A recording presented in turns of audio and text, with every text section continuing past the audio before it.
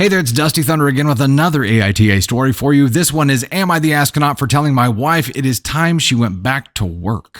My wife has been out of work since 2018. She had a mental breakdown during her 5th year of teaching. She has been going to therapy since, and we started marriage counseling during COVID. Reason for marriage counseling was because she thought I was pushing her too hard to get back to work before her and her therapist thought she was ready. I tried to explain many times that was not my intent, but realistically speaking, for me to keep up with expenses and retirement contributions, I pretty much have to take on extra shifts with sometimes clock in over 18 hours a day, and on average, I've been pulling 84-hour weeks. I've been doing this since she stopped working. We recently had a fight because I had an extremely rough week and had the conversation again about her going back to work. She opened up with the same line she always does. We do not feel it is the right time yet. She feels I have made great progress, and if I rush it, I run the risk of losing it. We being her and her therapist. I told her I really don't give an F what her therapist has to say. I'm sick of you hiding behind her words whenever this topic comes up. She started to cry, telling me she doesn't like being this way either, and that I'm belittling her due to suffering from mental health issues. I replied saying I don't intend to belittle you or not take your issues seriously. The problem is I am running myself ragged, and what happens if I have a mental break? Do you think I will have the luxury of not working? No, I will have to push through my demons. She said her therapist warned her this would happen sooner or later. I would try to manipulate her into doing something she was not ready to do. This is when I really lost it and just let it all out. I did not say anything kind. I told her she insults me for thinking what I'm doing is manipulation. I told her I am working these extra shifts so that she can come home and bullshit playing games. I told her this entire time you have not even made an effort to improve on certain skills. I told her she can still not cook to save her life, and that I was sick of coming home after 12 or 18-hour days just to make us dinner because her idea of making dinner is pretty much a pre-made in the oven or ordering out. Among other things, she stormed out of the house, crying, yelling, and shouting how I am a piece of shit and I'd rather see myself comfortable versus her getting better. So here I am. I do not feel at the core I am wrong, and while what I said was harsh, I think it did have to be said. So Reddit, was I the arsehole here? Hey, I appreciate the replies. Going to leave a quick update here to answer and clarify what I can. I apologize if I missed something. Thanks nonetheless. Yes, I have been to a couple of sessions with my wife and her therapist. To be honest, it largely felt like I was getting ganged up on. My wife brought up how I was always tired, so I explained I am working harder to maintain our home. When I suggested part-time work would allow me to work less, their counter-suggestion was to cut things like saving for retirement and hold off on paying off debt and tackle such things after my wife gets better. Then I suggested renting out the house to cover the mortgage, and we downsized to an apartment. Her therapist said such a drastic change to her environment could have a negative impact on her depression and advises against such major life-changing events. During another session, she brought up how my suggesting she tries cooking is to save us money so we do not order so much. She felt insulted because in terms of money coming in, I am making slightly more than our combined income, and she was able to cover her expenses, so she does not understand why we are having such a hard time. I was honest. It has less to do with money per se and more to do with the fact the amount of hours I have to work to maintain the income. I told her I pretty much am working 2 full-time jobs. The cooking or doing other things around the house dropped fairly quickly and became a critic on how I cannot manage money since I'm making more. Yet I never had issues when she was working with how she spent. More or less every session became what I could do to help my wife, and I get it, her therapist has to look out for my wife, and generally my concerns are small compared to my wife's. My wife is not a huge fan of our marriage counselor because she offers suggestions that go against her therapist. My friend has also suggested I speak with a lawyer to see exactly what my options are. After reading many of the comments and thinking back on everything, I think I'm going to do that. I love my wife and I know she is sick, but I am no good to anyone if I keep up this pace. There's another edit here. Final edit.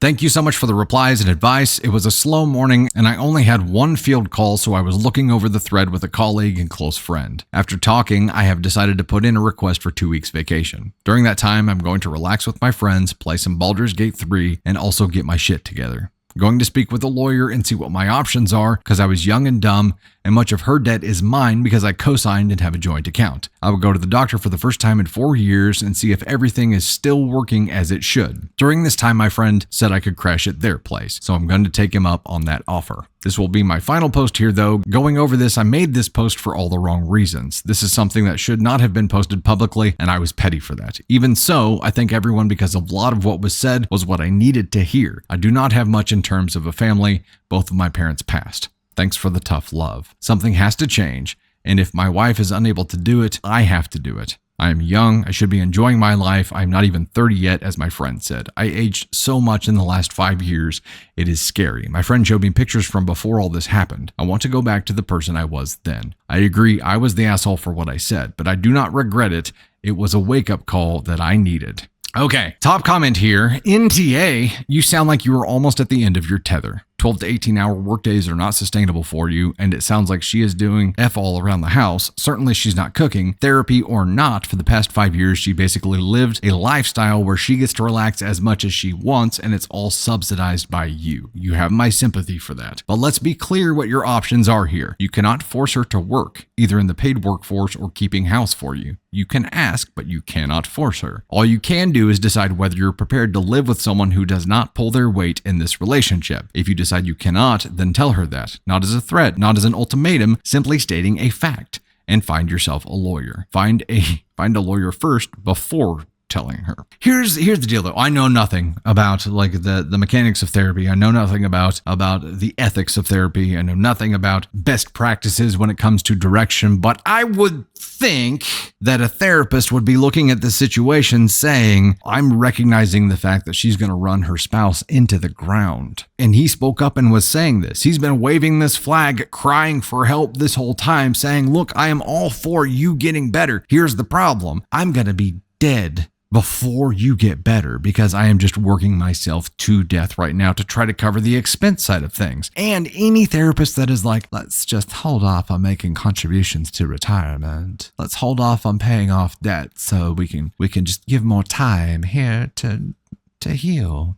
I'm like, whoa, hold on now. That doesn't seem like an educated suggestion. I'm weary of this. And again, that could have been the right thing to suggest for her. I don't effing know. But seeing the situation through OP's eyes here, I'd be like, what? I mean, this is not sustainable. And to look at this whole situation as a therapist at what's sustainable, what's the end goal, like what is the next step here, there has to be that conversation to say, what is sustainable? How long is your partner going to be able to do this? Not only physically, not only like mentally and physically are they going to run themselves into the ground, but how much of this can they stand before they fall out of love with you, which is an important conversation to have. Also, the conversation has to be as the therapist with the patient, what would you do if he left? What would you do if you didn't have someone to subsidize this for you? You didn't have someone to fund giving you time to heal here. What would you do if you had no choice but to go back? What would you do? We need to be ready for that because that's what's coming. They put 100% of the weight on him, and I don't doubt that she had some serious issues to work through. I do not doubt that at all, and I do not discount that at all. However, putting 100% of the load on someone else's back and then ignoring the cries for help when that person has been carrying that load for so long that they're starting to buckle is not cool. And I understand his frustration. Like I can see it, and you can hear it coming through. And yes, some of the things that he's pointing out, he doesn't